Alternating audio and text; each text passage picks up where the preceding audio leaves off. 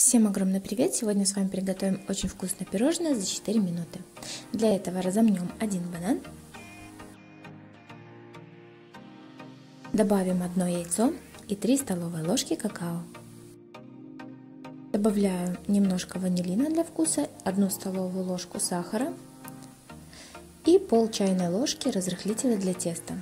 Все это перемешиваю, а теперь беру пищевой контейнер для микроволновой печи, смазанный растительным маслом, выкладываю сюда тесто и отправляю в микроволновку на 4 минуты. Получается вот такой кош. Разрезаю его сначала на 4 части, а потом каждую часть еще напополам. У меня получается 8 частей, и дальше собираем наше пирожное. Каждую из частей я смазываю обычным творожком с наполнителем. В этот раз я взяла творожок с кусочками ананаса.